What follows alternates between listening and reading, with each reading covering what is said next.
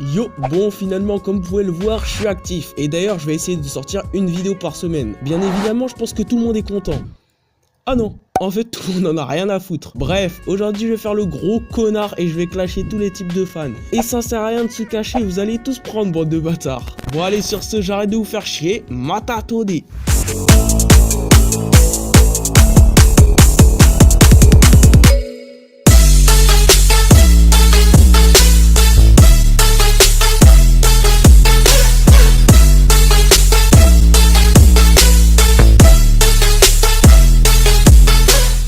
Le fan numéro 1, le faux puriste. Alors lui c'est simple, il croit avoir vu tous les mangas de la Terre, alors que si tu lui sors genre deux classiques pas très hypés en France, genre Ranma 1/2 ou même Inuyasha, il va commencer à parler chinois.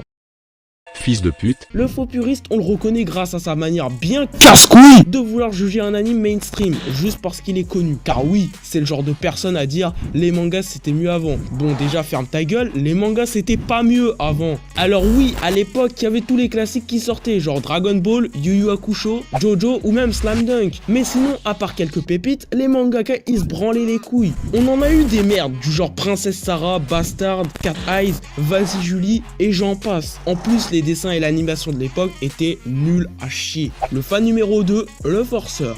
Bon moi j'avoue j'ai déjà été ce fan là avec GTO, mais quand il s'agit d'être objectif, j'arrête de forcer. Bon le forceur c'est un gros bâtard qui a vu une dizaine de mangas et dans le peu de mangas qu'il a vu, il y en a un seul qui kiffe vraiment. Avec ce manga H24 il va te forcer à le regarder en disant que c'est un chef d'œuvre, en disant que c'est le meilleur manga. Bon déjà tu as fermé ta gueule et je vous vois venir les gens fanboys de One Piece en disant pas besoin d'argumenter, One Piece meilleur manga. Mais niquez vos mères, soyez objectif une fois dans votre vie. Dans le monde du manga, tout est subjectif et t'as pas le droit d'imposer ton avis de merde à tout le monde. J'envoie rager 2-3 dans les commentaires et vous savez quoi? J'en ai rien à foutre. Dislikez-moi, insultez-moi, je vous pisse dessus. Le fan numéro 4 ou 3, je sais plus. Le spoiler. J'ai vraiment besoin d'expliquer pourquoi c'est un gros bâtard? Le fan numéro 4, le gamin de 11 ans. Bon, j'ai rien contre les gamins de 11 ans, c'est juste que je savais pas comment appeler ce type de fan. Tu sais, c'est ce mec là qui a vu que des animes mainstream et qui refuse de regarder un manga qui a plus de 10 ans. Si la qualité de l'anime est mauvaise, il va pas le regarder juste parce que il aime pas la qualité. Bon, déjà tu mérites de te prendre une perceuse dans le cul. Et surtout, mec, fais un effort.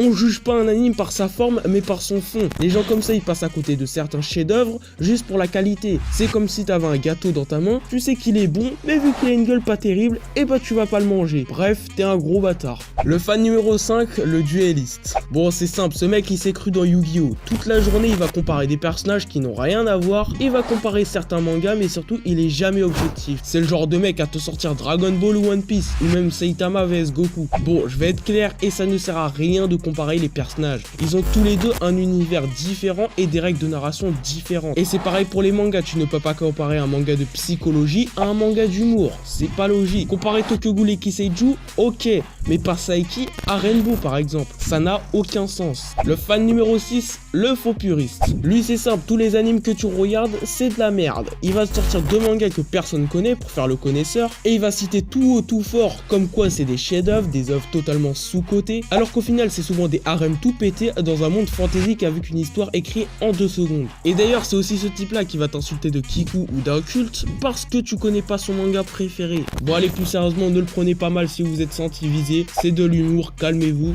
Bref, sur ce, c'était Tachi, sayonara.